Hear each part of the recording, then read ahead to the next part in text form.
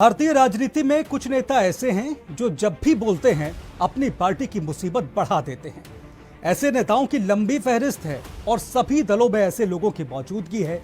Sam Pitroda Congress के एक ऐसे ही नेता हैं जिनके बयानों से पार्टी की जान बार बार सांसत में पड़ जाती है। विरासत कर को लेकर उनके बयान पर छिड़ा संग्राम अभी थमा भी नहीं था कि एक बार फिर सैम पित्रोदा ने अपने बयान का बॉम्ब फोड़ दिया है। एक इंटरव्यू में सैम पित्रोदा ने भारतीयों के रंग और रूप पर टिप्पणी की है। सैम ने कहा है कि पूर्वोत्तर भारत में रहने वाले लोग चाइनीज जैसे दिखते हैं, पश्चिम में रहने वाले अरब जैसे, उत्तर भारत में रहने वाले अंग्रेजों की तरह और दक्षिण में रहने वाले लोग अफ्रीकी लगते हैं। सैम पित्रोदा के इस बयान पर पीएम ने कांग्रेस और राहुल गांधी को जमकर लताड़ा है। पीएम ने आरोप लगाया है कि कांग्रेस चमड़ी के रंग के आधार पर भारतीयों का अपमान कर रही है। मामला बढ़ता देख कांग्रेस ने सैम पित्रोदा के बयान से किनारा कर लिया है, लेकिन सवाल यही उठता है कि बार बार अपने बयानों से कांग्रेस की मुसीबत बढ़ाने वाले अंकल सैम आखिर मानते क्यों नहीं हैं? कांग्रेस के वरिष्ठ नेता सैम पित्रोदा पिछले महीने विरासत कर को लेकर अपने बयान की वजह से चर्चा में आए थे। उनके बयान को आधार बनाकर बीजेपी ने कांग्रेस को जमकर घेरा था। अब अपने एक नए बयान से सैम पित्रोदा ने फिर कांग्रेस को मुसीबत में डाल दिया है। सैम पित्रोदा ने अपने बयान में भारत के अलग अलग क्षेत्रों में रहने वाले लोगों को लेकर टिप्पणी की है। एक अखबार को दिए अपने इंटरव्यू में सैम ने कहा, Fights here and there. We could hold country together as diverse as India, where people on east look like Chinese, people on west look like Arab, people on north look like, maybe white, and people in south look like Africa. Doesn't matter. We are all brothers and sisters. Sam Pitroda के इस बयान पर BJP आग बबूला हो गई है।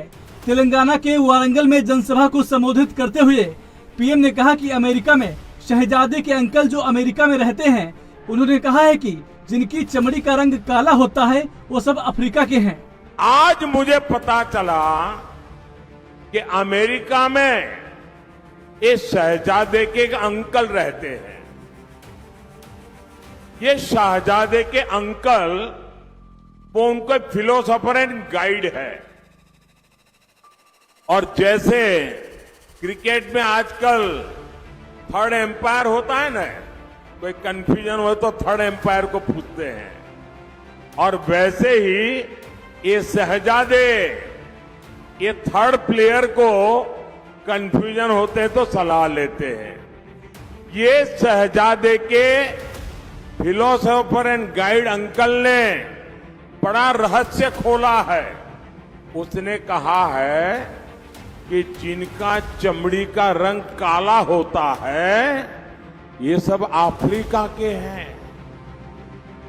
मतलब आप सबको, मेरे देश के अनेक लोगों को चमड़ी के रंग के आधार पर उन्होंने इतनी बड़ी गाली दे दी। तब जाकर के मुझे समझ आया कि चमड़ी का रंग देख करके उन्होंने मान लिया कि द्रौपदी मुर्मू भी अफ्रीकन है।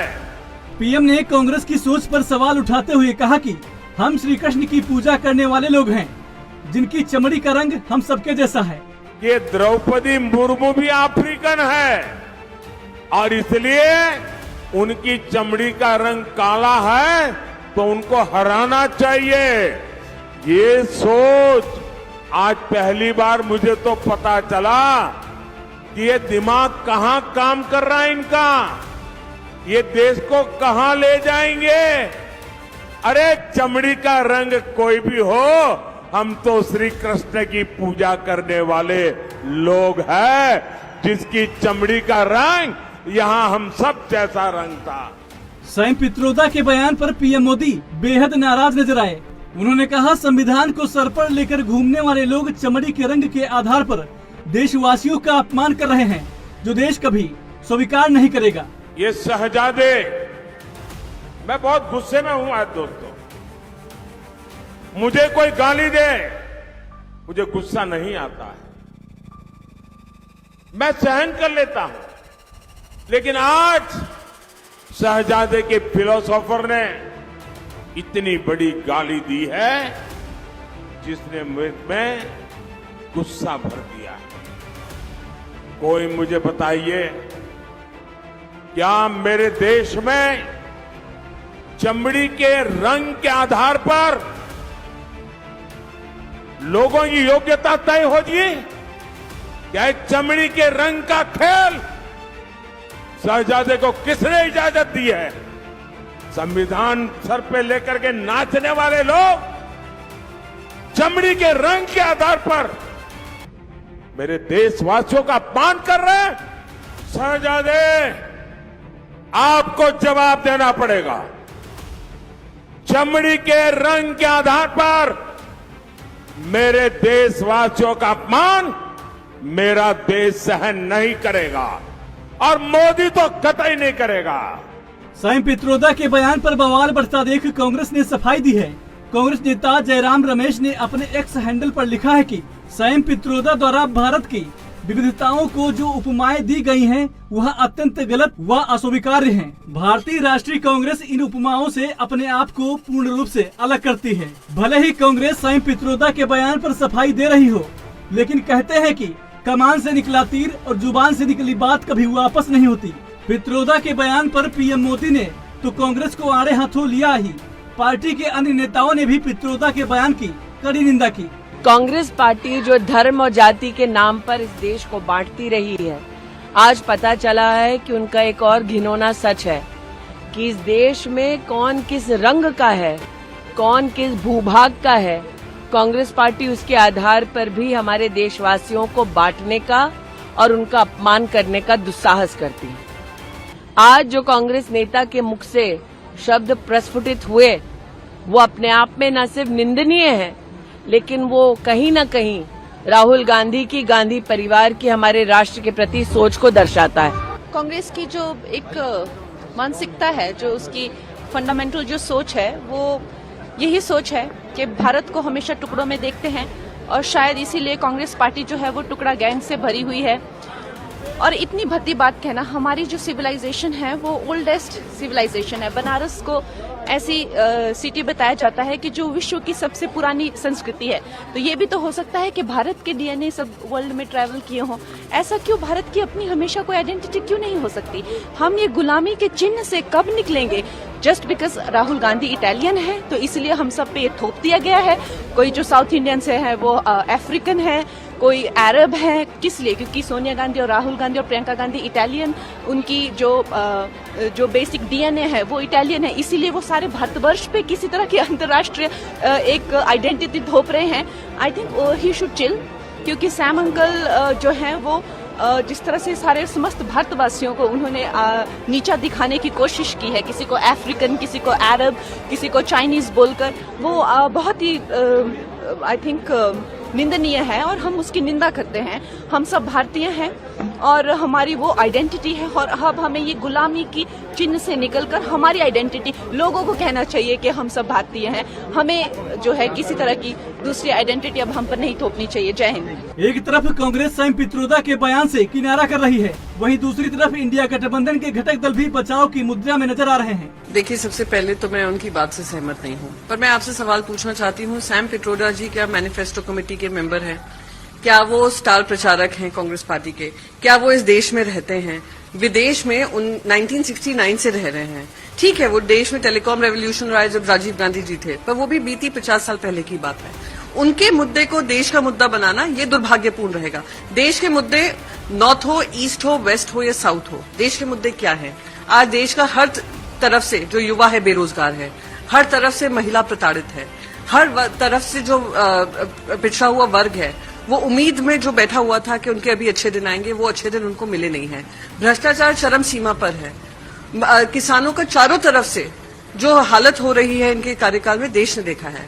तो मैं कहूंगी कि ये सारे मुद्दे एक तरफ जो जनता के बीच के मुद्दे हैं और दूसरी तरफ कि सैम पित्रोदा अमेरिका में बैठकर क्या बयानबाजी दे रहे हैं। ना हमें उससे कोई लेना देना है, ना ये देश का मुद्दा है और ना ये देश उनकी कही हुई बातों पे किसी तरीके का रिएक्शन देना चाहेगा या प्रश्न चिन्ह उठाएगा। प्रश्न जो भी है प्रधानमंत्री नरेंद्र मोदी जी से है, भारतीय जनता पार्टी से। स्टेटमेंट आया, रेसिस्ट बयान एक तरह से उसको बताया जा रहा है क्योंकि उन्होंने नॉर्थ ईस्ट के लोगों को चाइनीज बोला है, साउथ के लोगों को अफ्रीकन बोला और प्रधानमंत्री अब कह रहे हैं कि कांग्रेस ने राष्ट्रपति द्रौपदी मुर्मू को हराने की कोशिश इसलिए की क्योंकि उनके स्किन कलर की वजह से उनको हराने की कोशिश की।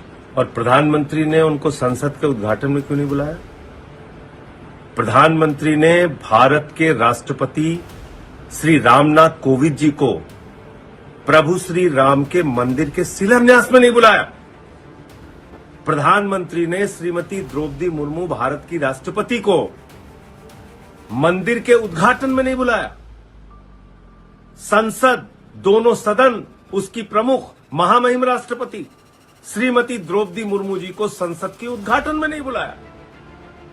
ये लोग भेदभाव रखने वाले लोग हैं, दुर्भावना रखने वाले लोग हैं, दलितों, पिछड़ों और आदिवासियों से घृणा करते हैं भारत के प्रधानमंत्री, उनकी पार्टी और आरएसएस। आरएसएस का तो खुला कहना है भागवत जी का आरक्षण खत्म होना चाहिए। मनमोहन वैद्य कहते हैं आरक्षण खत्म होना चाहिए। बीजेपी के नेता कह रहे हैं संविधान बदलना है।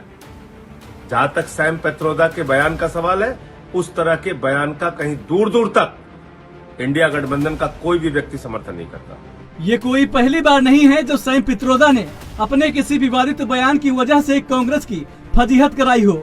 अभी कुछ दिन पहले ही विरासत कर को लेकर उनके बयान पर कांग्रेस को सफाई देना मुश्किल पड़ रहा था।